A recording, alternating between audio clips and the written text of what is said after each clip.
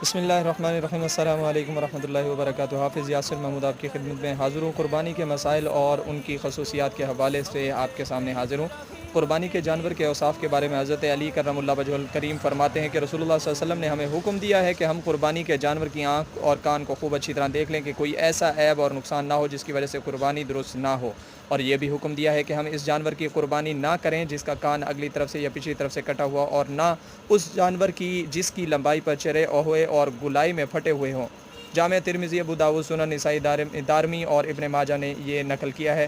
حضرت علی کرم اللہ وجہ الکریم راوی ہیں کہ رسول اللہ صلی اللہ علیہ وسلم نے منع فرمایا ہے کہ ہم ایسے جانور کی قربانی کر دیں جس کے سینگ ٹوٹے ہوئے اور کٹے ہوئے ہوں۔ ہمیں قربانی کے اور مزید مسائل کے بارے میں جاننے کی اگر ضرورت ہے تو کائنڈلی ہمارے چینل کو سبسکرائب کیجئے، بیل آئیکن پر کلک کیجئے، آل نوٹیفیکیشن کو کلک کر دیجئے تاکہ ہماری آئندہ آنے والی ویڈیو آپ تک بآسانی پہنچ سکے۔ شکریہ، السلام علیکم۔